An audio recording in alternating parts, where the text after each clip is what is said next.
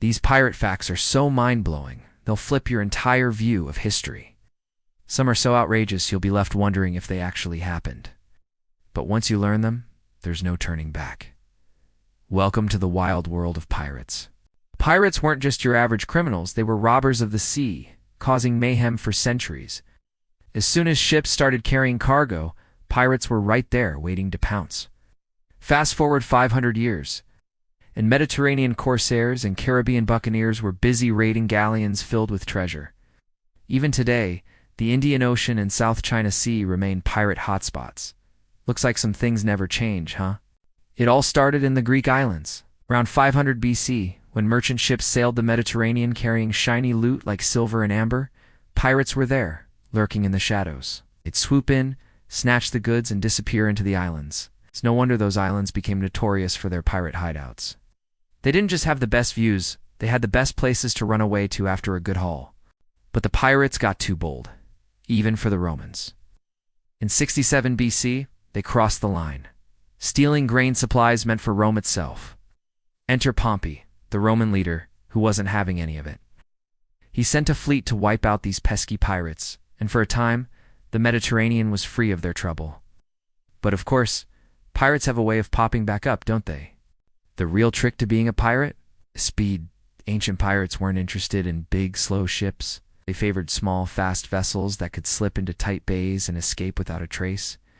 This made it hard for bigger, slower ships to catch them. They could hit and run, disappearing into small channels before anyone could blink.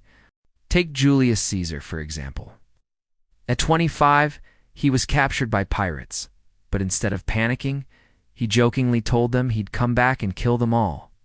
They laughed, thinking it was just a prisoner's bravado. Fast forward a few months, and sure enough, Caesar wasn't just free, he was back with an army to hunt those pirates down. Turns out he was serious. And then there were the Vikings, who took pirating to a whole new level. With their longships, they didn't just raid coastal towns, they traveled up rivers, terrorizing inland villages. Their speed and fierce fighting skills made them a nightmare for anyone along the British coastline. So, while Caesar was chasing down pirates in the Mediterranean, Vikings were creating their own legacy of chaos up north. Pirates of the Mediterranean weren't just your run-of-the-mill criminals. They were the infamous corsairs, hailing from the Barbary coast of North Africa. These pirates had a special fondness for plundering Christian ships, especially during the chaos of the Crusades starting around 1100. While Europe was at war, these corsairs were out on the water, seizing treasures and leaving a trail of destruction. The Mediterranean became their playground, where they thrived on attacking both ships and port sterns out. They really knew how to capitalize on a good fight. The corsairs weren't interested in just treasure. They wanted people. Captives were either sold as slaves or forced to row galleys for years on end. The rich, however, were a bigger catch. They would be ransomed for hefty amounts, making it a lucrative operation. So while a handful of silver was nice, holding a wealthy prisoner for ransom was what really filled the corsairs' coffers. It was a grim business, but one they excelled at. If you were rich and got caught, your wealth was as much a target as your freedom. Corsair galleys had one terrifying weapon at the front, a massive ram. This wasn't just decoration either. They'd use it to ram into the side of enemy ships, tearing through holes with devastating force. Then before the enemy could even react, the corsairs' elite soldiers, called janissaries, would board and overpower everyone in sight. It was a ruthless tactic designed for speed and shock value, ensuring that by the time the defenders could retaliate, the corsairs were already in control. When it came to combat, the corsairs fought with curved swords called scimitars, sharp enough to cut through anything in their path. These swords weren't just weapons. They were pieces of art, crafted by Muslim blacksmiths renowned for their skill. In addition to scimitars, some corsairs carried muskets, and their ships were armed with small brass cannons. If you encountered a corsair on the water, you were up against more than just pirates. You were up against a highly skilled, well-armed force of chaos. The Barbarossa brothers were the two most feared corsairs in history. One attacked the Pope's ships and even captured the city of Algiers in 1516. His reign ended in 1518 when he was killed. His brother, however, became a powerful ally to the Turkish emperor. The name Barbarossa wasn't their real surname. It was a nickname given by their enemies, meaning Redbeard in Latin. thanks to their distinctive fiery beards. The brothers were so feared that their mere name struck terror in the hearts of anyone who heard it. Life as a galley slave was beyond brutal. Slaves were chained to massive oars, with up to 6 men needed just to pull one. The overseer would patrol the rows, cracking a whip or yelling to keep the slaves working harder. No rest, no freedom, just endless labor. These poor souls were stuck, rowing for hours every day with little hope of escape. The corsairs didn't just capture ships, they captured lives, and those who became galley slaves paid the ultimate price in terms of suffering and hard labor. On land, life for the galley slaves was just as brutal. When not rowing, they lived in a prison-like environment called a bogno. Each slave was shackled with a heavy ring and chain around his ankle, and given little more than a blanket to sleep on. Their daily tasks included digging or breaking rocks, and meals were scarce, usually just bread. Many didn't survive the harsh conditions, with starvation and exhaustion claiming countless lives in the bogno. It wasn't just a prison, it was a slow death sentence. Escape seemed like the only hope for many slaves, but it was far from easy. Some tried heading inland, but the desert offered nothing but endless sand and no food or water. The only real option was to escape by sea, making or stealing a boat in hopes of freedom. But with the constant surveillance, very few actually made it. Most would try and fail, knowing their chances of survival were slim. But for those who risked it, the sea was the last glimmer of hope. It wasn't just the North African corsairs who were feared. There were Christian corsairs too, based primarily on the island of Malta. These pirates were supported by Christian knights who were just as eager to defeat Muslims. Maltese corsairs used galleys, often rowed by captured men, and were as ruthless as their enemies across the sea. Despite being on the other side of the religious divide, the Maltese corsairs proved that piracy wasn't just about religion. It was about power, and they were just as brutal in their methods. By the early 1500s, Spanish galleons were the crown jewels of piracy targets, loaded with treasure from the Americas. Gold, silver, jewels, these ships carried vast riches across the Atlantic.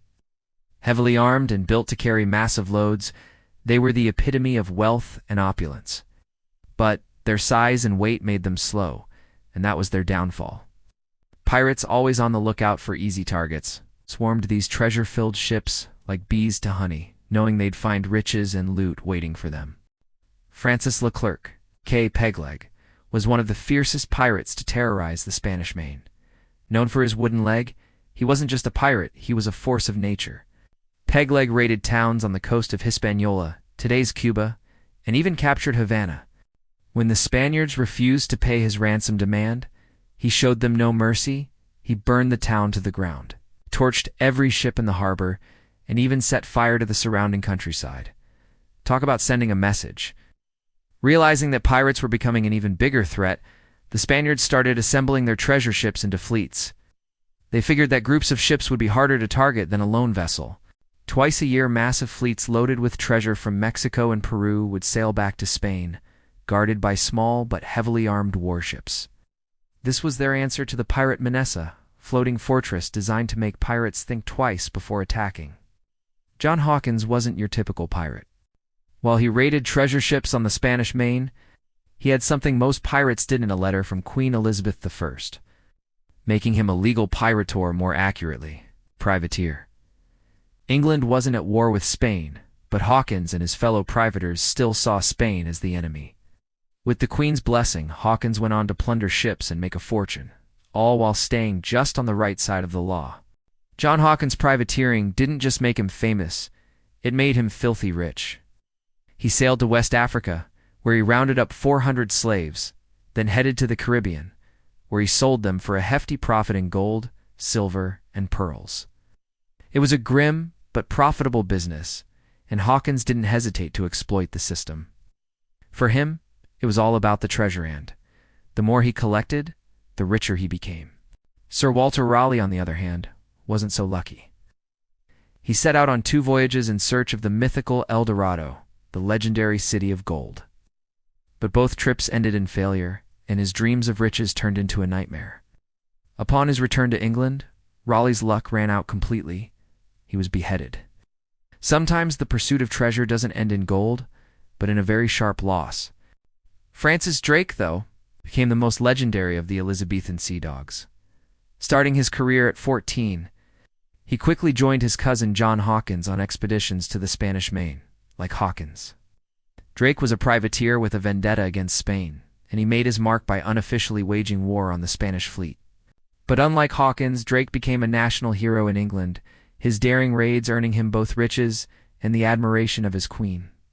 Drake's most legendary feat, his voyage around the world. In 1577, he set out on a journey that would make history. After navigating treacherous waters, he reached the Pacific and captured the Spanish treasure ship Cacofugo, hauling in a fortune worth over $18 million today. By the time he returned to England in 1580, his two remaining ships were practically bursting with stolen treasure. Drake didn't just circle the globe, he banked an insane amount of riches while doing it. Back in 1572, Drake wasn't just focused on treasure, he was making history. He attacked Spanish settlements in Panama and ambushed a mule train loaded with silver at Nombre de Dios. It was here that he became the first Englishman to see the Pacific Ocean, a moment that would fuel his obsession with sailing it. He swore then and there that one day he'd be back to conquer those waters, and conquer them he did. The first buccaneers were far from the swashbuckling heroes we think of today. They were outcasts, drifters, and criminals who lived on the island of Hispaniola, modern-day Cuba. These rough individuals would roam the island, hunting wild pigs for food and cooking them over open flames. It wasn't glamorous, but it was survival land. It set the stage for what would become a pirate legacy. In the 1630s, the Spanish had enough of these buccaneers. They drove them out and wiped out the wild pigs that had sustained them. With no pigs to hunt, the buccaneers had to get creative. So, they turned to piracy, attacking and looting Spanish merchant ships for supplies. What started as simple survival quickly evolved into a full-on pirating operation. The first real buccaneer stronghold was the rocky island of Tortuga. It had a sheltered harbor, perfect for pirate hideouts, and sat right in the path of major shipping routes. The buccaneers built a fort here, complete with 24 cannons aimed at the sea, ready to defend their newfound base and attack any passing ships foolish enough to come too close. When Francis L'Olonnais' name was spoken, it struck fear into the hearts of the Spanish. This buccaneer became infamous for his brutal, merciless actions. His reputation for cruelty meant that enemies often surrendered without a fight, better to give up than face his wrath. L'Olonnais didn't just want gold, he wanted to make sure no one ever forgot the terror of his name. The buccaneers weren't just about stealing treasure, they were also inventors. They created a special kind of sword called the cutlass.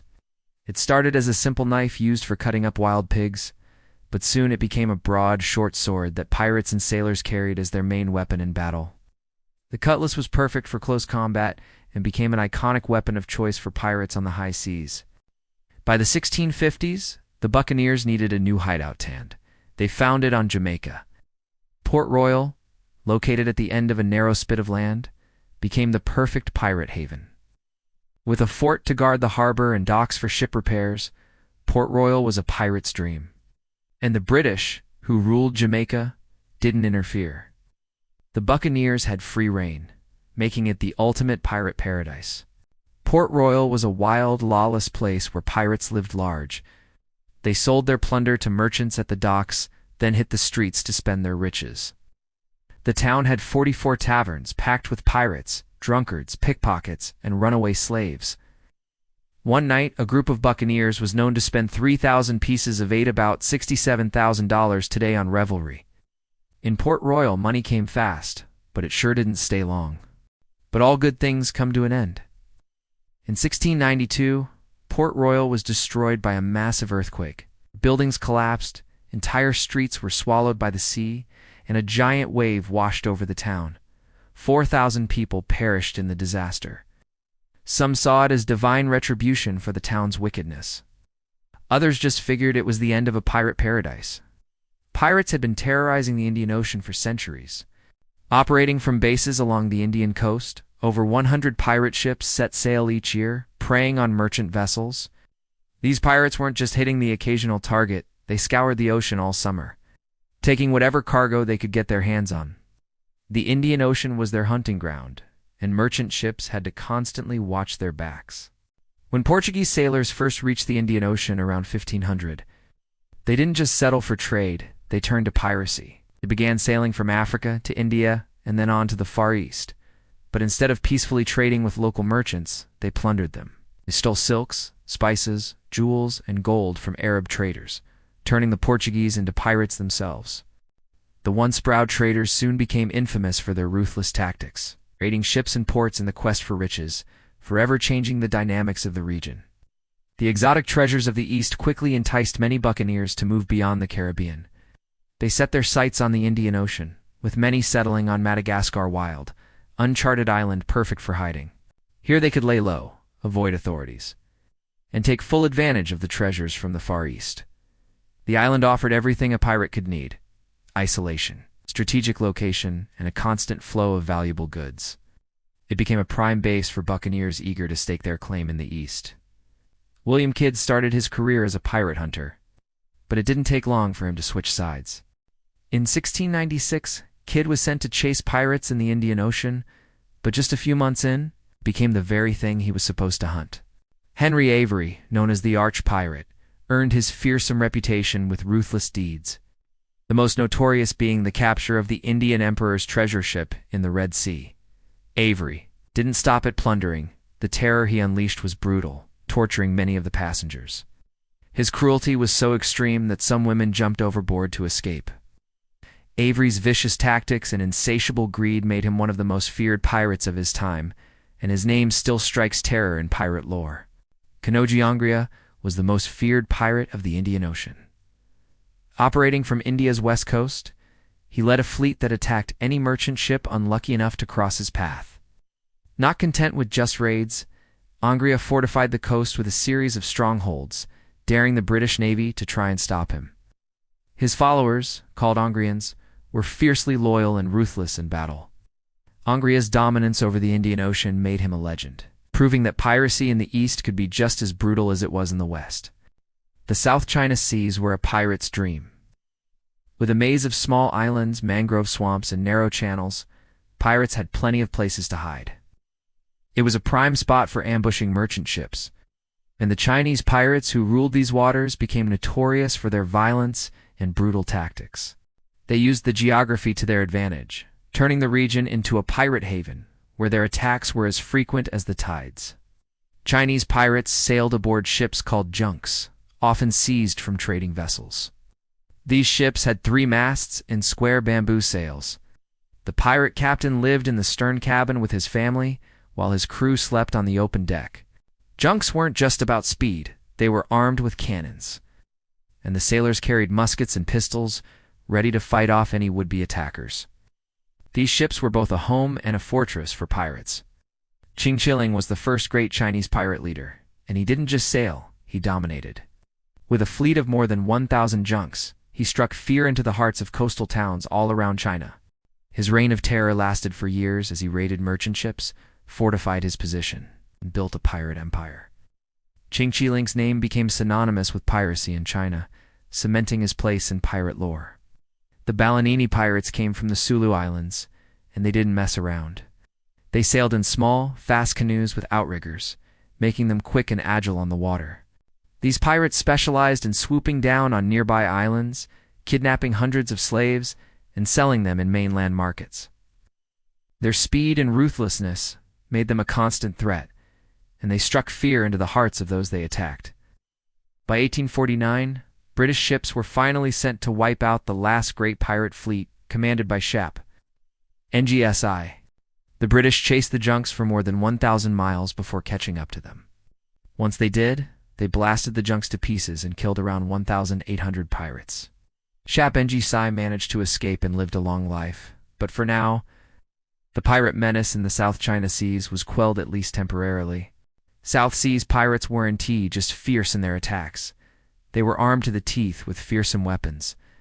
They shot poisoned arrows from a blowpipe known as a sumpiton, and wielded razor-sharp swords called parang. Some pirates carried knives like the creese, which came in various forms, straight, curved, or with a rippled edge. Many weapons were decorated with tufts of human hair, giving them a menacing personal touch.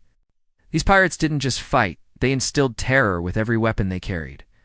Mary Read was determined to become a sailor, so she dressed as a man and joined a ship bound for the West Indies. But fate had other plans. Her ship was captured by pirates, and Mary was taken prisoner. Rather than surrender, she joined the pirate crew and eventually became a privateer. Her luck ran out when Calico Jack Rackham and his wife Anne Bonny captured her ship. The two women quickly became close friends. In a battle against the British Navy, while the male crew hid below deck, Mary and Anne fought fiercely, proving women pirates could fight just as hard. Grace O'Malley, known as the Pirate Queen, ruled the west coast of Ireland. She started sailing at a young age and later built a massive stone castle along the coast. With a fleet of 20 ships, she and her crew raided passing merchant vessels. Her reign of piracy lasted until 1593, when she approached Queen Elizabeth for a pardon. Grace, who lived well into her 70s, left behind a legacy as one of Ireland's most powerful and feared female pirates. Ching Shih is considered one of the greatest woman pirates in history. After her husband's death in 1807, she took command of his pirate fleet along the Chinese coast. As a brilliant strategist, she enforced a strict code of conduct among her crew. Life on her pirate junks was harsh. One captive recalled surviving for 3 weeks on caterpillars boiled in rice.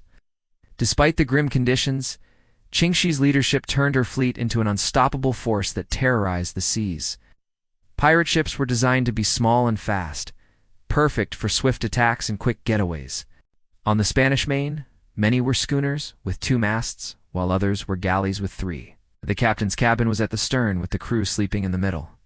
Treasure, gunpowder, and food were kept in the hold, ready for the next heist. Pirates needed their ships to move fast and be versatile in battle, which meant they couldn't afford to be weighed down by size. Life below deck on a pirate ship wasn't for the claustrophobic. Space was cramped, and the smell was unbearable. Pirates barely had room for their hammocks, so they spent most of their time on deck, except during the worst weather. The tight quarters were a constant reminder of the harsh, cramped life pirates led as they sailed from one heist to the next.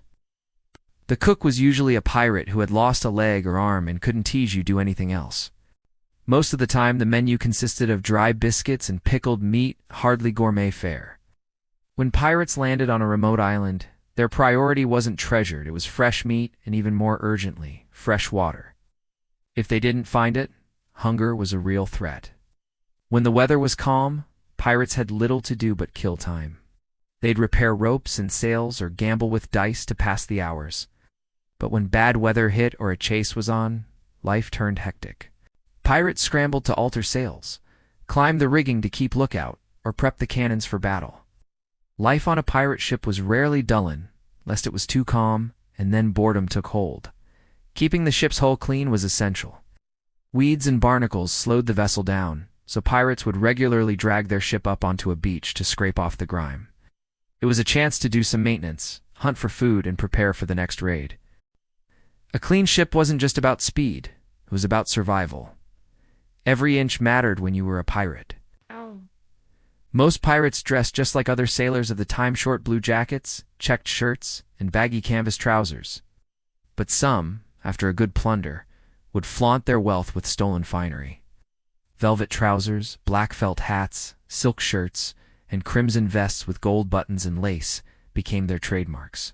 Pirates weren't just thieves, they were trendsetters, showing off their spoils for all to see. When a pirate captain decided to attack, the first sign of battle was the raising of a flag. But not all pirate flags were the familiar skull and crossbones, nor were they always black. In fact, many early pirates used a bright red flag to strike fear into their victims, sending a clear message that no mercy would be given. The black flag only gained popularity in the early 1700s when pirates began personalizing it with their initials or symbols. A flag was more than a warning, it was a tool of terror, making the enemy know they were up against pirates before the battle even began. Pirates thrived on speed, and if they had cannons, they made sure to target the enemy's mast or rigging first, disabling their prey's ability to flee. Without cannons, pirates relied on muskets, firing at the helmsman or crew working the sails to slow them down. The goal was always to catch up and disable the ship, sometimes even jamming the rudder to make sure it couldn't steer properly. Pirates weren't just about brute force, they were tactical, aiming for the weak spots of their prey to guarantee victory. Pirate wasn't just dangerous because of his crew, he was a one-man arsenal. Armed with a cutlass in hand and a dagger on his belt, he could fight close up with ease. But that's not all. Pirates often carried up to 6 loaded pistols tucked into a sash worn over their shoulder. This heavy weaponry meant they could strike at a distance and be ready for anything, from close combat to ranged fire. A pirate's loadout was his lifeline. Without it, survival was a lot less likely on the high seas. When pirates got close to their prey, they didn't just attack, they hooked it. They threw ropes with hooked grappling irons into the enemy ship's rigging, pulling it in like a fish caught on a line. Once the ship was secured, pirates climbed aboard, ready to fight. Often they encountered a bloody battle, but more often than not, the sight of these ruthless attackers was enough to make the enemy crew surrender without a fight. The terror of pirates boarding your ship often meant the battle was over before it even began. Pirates weren't just about the treasure they could seize, they were experts at finding hidden riches. When merchant ships tried to conceal their cargo, pirates would tear through walls, doors, and anything in between, searching for the loot. If they didn't find it right away, they'd resort to torture, making captives reveal the hidden treasures. For pirates, getting to the good stuff wasn't just a matter of raiding it. It was about breaking down resistance and forcing their victims to give up whatever they were hiding, no matter the cost. Bartholomew Roberts, also known as Black Bart, is widely considered the most successful pirate in history. In the 1720s, he captured over 400 ships, a staggering achievement that made him a legend among pirates. Charismatic and bold, Roberts was the ideal buccaneer in the eyes of many. But he had a secret. Despite his fearsome reputation, he never drank anything stronger than tea. This quirky detail only added to his mystique. He was as strategic as he was ruthless, and his legendary career is still celebrated in pirate lore. Pirates were all drawn to the same prize, gold and silver. Some lucky ones struck it big, capturing ships packed with treasure gold coins, sparkling jewels, and valuable ornaments. But for most pirates, the cargo was far less glamorous. Merchant ships often carried more mundane goods, cloth, coal, or iron. While treasure was the ultimate dream, piracy wasn't always about striking gold. Still, the hope of landing a jackpot fueled their relentless pursuit of ships, with every raid carrying the potential for untold riches. One of the most famous treasures of the Spanish Main was the piece of 8, or peso. These silver coins, about the size of a $50, were valued at around $22 in today's money. They were the currency of pirates and merchants alike, prized for their worth and convenience. Pirates would often hoard these coins, and a stash of pieces of 8 could make a pirate's fortune, turning their daring raids into lucrative ventures. These coins were the very lifeblood of piracy, as much a symbol of power as they were of plunder. Silk and porcelain were among the most coveted goods from China, prized for their rarity and beauty. For centuries, Europe had no idea how silk or porcelain were made, and these delicate items were considered treasures in their own right.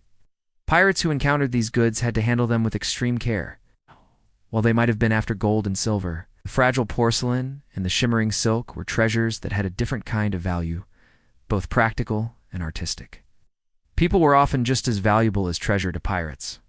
Rich captives were seen as ransom opportunities, pirates demanding payment from the victim's relatives for their release. Once the ransom was paid, the prisoner was freed, often after enduring a tense wait. Pirates knew that holding a high-profile captive could be even more profitable than stealing gold, making human hostages an essential part of their plundered wealth. Some treasure chests didn't just hold coins, they were packed with jewels. Pirates would seize diamonds from Africa, rubies and sapphires from Burma, emeralds from Colombia, and pearls from the Persian Gulf. These gems were often crafted into beautiful jewelry, adding a level of luxury to their loot. These jewels were a symbol of both wealth and status, and for pirates, they were the kind of treasure that turned a successful raid into a legendary tale. Pirates didn't just want treasure, they also needed everyday provisions. After being away from land for weeks, the crew would happily steal food, drink, and any other provisions they could get their hands on. Fresh guns, cannonballs, and gunpowder were always in high demand, ensuring the pirates were fully stocked for future raids. These essentials were as crucial to survival as any chest of gold, keeping the pirate ship running smoothly while they continued their plundering adventures. When it came time to divvy up the loot, the pirate captain made sure the distribution was relatively fair. Officers typically received a larger share of the spoils, while those who didn't fight, like the carpenter or cook, got less. The captain had to be careful with the shares to avoid complaints from the crew. Pirates were a rowdy bunch. Keeping the peace after a successful raid often meant ensuring everyone got what they thought they deserved without too many arguments. Pirates often buried their treasure in remote spots, hiding it away for a later date when times were quieter. This practice became famous, especially after Francis Drake's raid on a mule train in Panama. When his ship sailed out of sight, Drake had his crew bury the looted gold and silver. Then, in true pirate style, he made a raft, paddled out to his ship, and returned to dig up the treasure. That night, the gold and silver was safely aboard, and the pirates could continue their adventures with their newfound riches. Many believe that William Kidd, infamous pirate turned privateer, buried a massive treasure before his capture. He'd accumulated a huge amount of plunder, most of which he either sold or shared with his crew. But when arrested in 1699, Kidd claimed he had hidden 100,000 pounds worth of treasure. Since then, treasure hunters from all over the world have scoured the globe, hoping to find it, but despite the efforts of many, not a single coin has ever been found. The legend of Kidd's hidden fortune remains one of piracy's greatest unsolved mysteries. In 1820, the pirates of the Mary Deer buried an impressive hoard on the remote Cocos Islands in the Pacific. Their treasure included over 12,000 gemstones, 9,000 gold coins, and 7 chests of gold ornaments.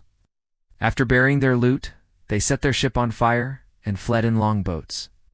However, when they reached land, they were arrested, and none of the pirates ever returned to claim their buried treasure. Since then, no one has found the treasure, despite the island's ongoing mystery. Some pirate captains were known for their strict rules. Blackbeard Roberts, one of the most notorious pirates, enforced a tough code of conduct for his crew. Gambling, fighting, and even keeping lights burning past 8 p.m. were forbidden. Violations were met with harsh punishments. Any pirate caught with a woman on board or deserting the ship faced death or marooning. Roberts' rules ensured order on his ship, but they also made his crew live in constant fear of his strict discipline. Marooning was one of the most dreadful fates a pirate could face. A pirate was left alone on a deserted island with just a pistol, ammunition, and a bottle of water. Food was scarce, and escape was nearly impossible. The only chance of survival was to be picked up by another ship passing by, but many marooned pirates never saw another ship again. For many, it was a slow and agonizing end, as they waited for rescue that might never come. The Pacific and Caribbean were dotted with thousands of small, isolated islands, many far from major shipping routes and completely uninhabited. For marooned pirates, these islands were a brutal test of survival. They had to rely on hunting for fruit, small animals, and fishing in the warm seas. The isolation meant there was little hope of rescue, making these tiny islands both a refuge and a death trap, depending on whether help ever came. Sometimes, the crew didn't just maroon ordinary pirates, they marooned their captain. This happened to Jeremy Rendell in 1684. After a bitter argument with his crew, he was abandoned on an island near Honduras with 3 other men, a gun, a canoe, and a net for catching turtles. The men were never heard from again. Their fate remains a grim reminder of how even a captain could fall victim to mutiny and desertion on the high seas. The most famous castaway in history was Alexander Selkirk, who was marooned on a desert island off the coast of Chile in 1704. He spent 5 long years there, but he was lucky his island had fresh water, wild pigs, and goats, so survival wasn't impossible. Dressed in goatskins, Selkirk was eventually rescued by a passing English ship. His incredible story inspired Daniel Defoe to write Robinson Crusoe, making Selkirk's name synonymous with the ultimate castaway adventure. Not all castaways were so lucky, but Selkirk's tale became a symbol of resilience. Shipwrecks were a pirate's worst nightmare. Violent storms could appear out of nowhere, especially in the Caribbean's warm seas. In 1712, a hurricane ripped through Port Royal Harbor in Jamaica, bringing howling winds and monstrous waves. The storm smashed 38 ships to pieces, leaving pirates stranded and their loot lost. Nature's fury was a constant threat for pirates, and the sea could turn from a pirate's best friend to a deadly enemy in an instant. Storms weren't just bad news, they could lead to disaster. In 1717, the pirate ship Whydah was loaded with treasure and heading for Cape Cod when a storm struck. The storm battered the ship, driving it onto rocks. The mainmast fell, and the Whydah began to break apart. Of the crew, only 2 men made it to land alive. The wreck of the Whydah serves as a chilling reminder of how quickly a pirate's fortune could be undone by nature's wrath. Pirates didn't have much in the way of emergency protocols when disaster struck. If the ship began to leak, the crew would try to pump out the water to keep it afloat. If the ship ran aground, they'd throw heavy objects overboard, like cannons or barrels of food, to lighten the load and raise the ship higher in the water. Every decision had to be quick, as a sinking ship could mean certain death for a pirate crew. A hole in the hull of a ship had to be patched immediately. The quickest way was to father it lowering a sail with ropes over the hole to block the water, but this wasn't a permanent fix. Sails weren't designed to be watertight, so the patch wouldn't last long. Pirates had to work fast and hope the patch held long enough for them to get to shore or find a more permanent solution. Pirates navigated the seas with a mix of skill, luck, and basic tools. The captain had a compass to show direction, and an octant or sextant to measure how far north or south they were. But determining longitude, how far east or west they were, was mostly a matter of guesswork. Pirates didn't have modern GPS or detailed maps, so finding their way across the vast oceans was a risky business, requiring both knowledge and a good bit of fortune.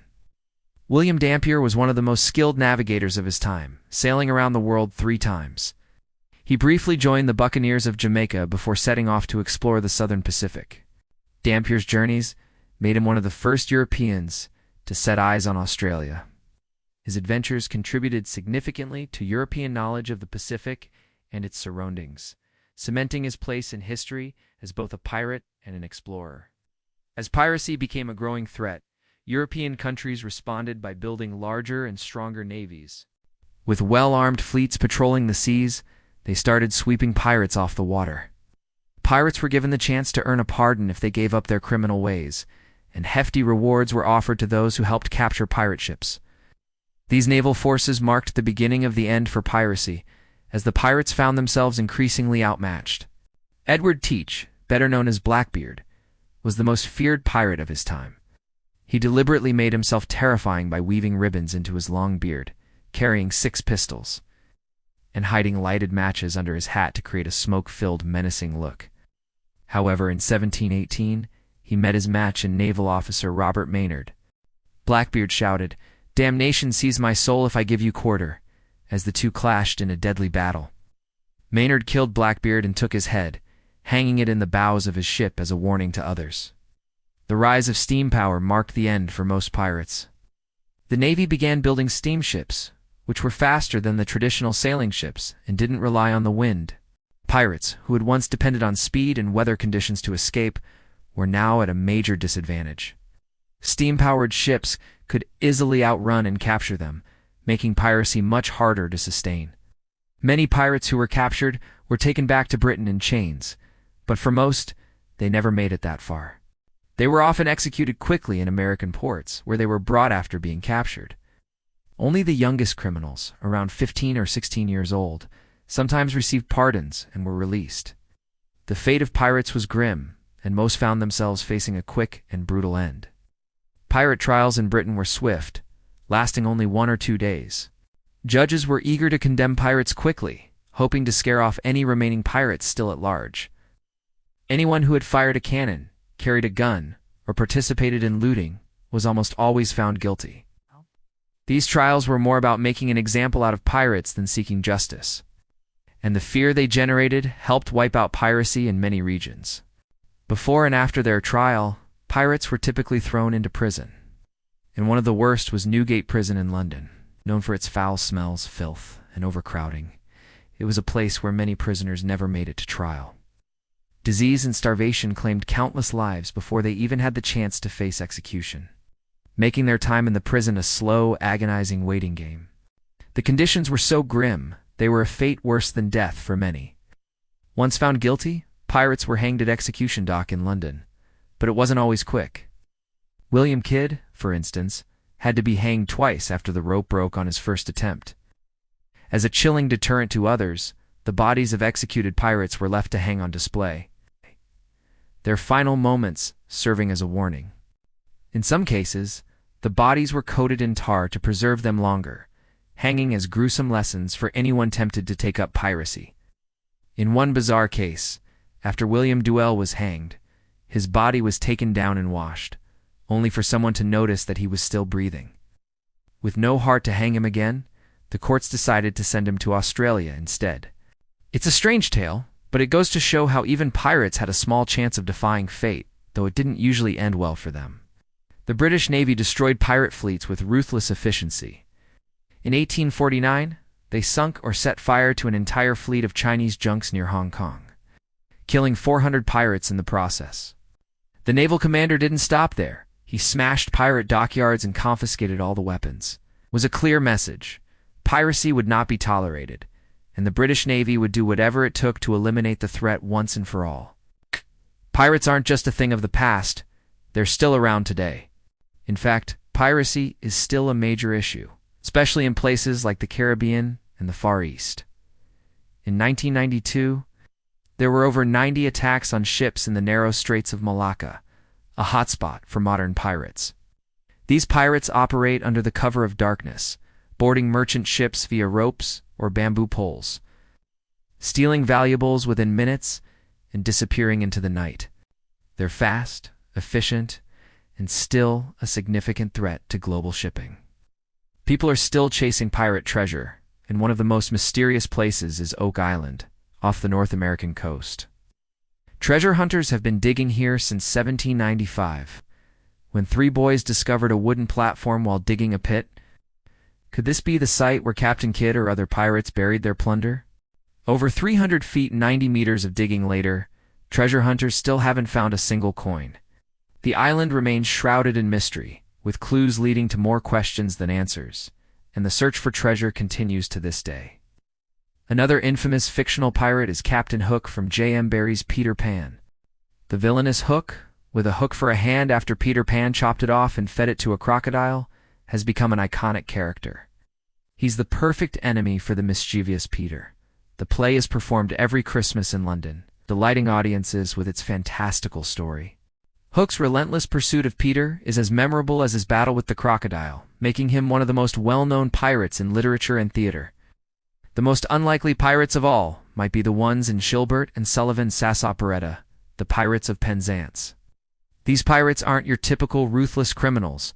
They're soft-hearted and refuse to rob orphans.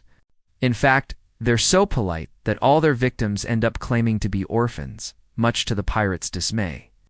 This operetta, filled with humor and catchy songs, presents pirates in a far more light-hearted way than we usually imagine, proving that even pirates can be good-natured softies when the mood strikes. Pirates had a unique code of conduct. Before setting out on a voyage, many pirate crews signed a pirate code, which was a set of rules to ensure order and fairness. This included everything from how loot was divided to how much a pirate could drink. If you broke the code, you were either punished or marooned, sometimes with only a pistol and a bottle of water. The first known pirate flag didn't feature a skull. While the skull and crossbones became the iconic pirate flag, the first recorded pirate flag was flown by pirate Henry Avery in the late 1600s. It was a simple black flag with a white skull above 2 crossed swords, but it still managed to strike terror into anyone who saw it. Pirates rarely buried treasure. Despite what stories like Treasure Island suggest, most pirates didn't bury their loot. In fact, they often spent their treasure quickly on things like alcohol, clothing, and other luxuries. The idea of buried treasure is largely a myth. Pirates preferred to spend their riches rather than hide them away for a future generation to find. Pirates often had their own slang. The infamous air was just one part of pirate lingo. Pirates had their own way of speaking, using phrases like "shiver me timbers" expressing surprise and "walk the plank" a death sentence. They also referred to their ships as galleons, sloops, or junks, depending on the type of vessel. Pirates invented the Jolly Roger, the iconic black flag with a skull and crossbones. Known as the Jolly Roger, was first used to strike terror into merchant ships. The flag wasn't just a symbol, it was a psychological weapon. When a pirate ship hoisted the Jolly Roger, the merchant crew knew they had no chance of escape and often surrendered immediately, saving the pirates the trouble of fighting. That's all for today. Subscribe to Factopia for more amazing and bizarre facts. Stay curious and keep exploring.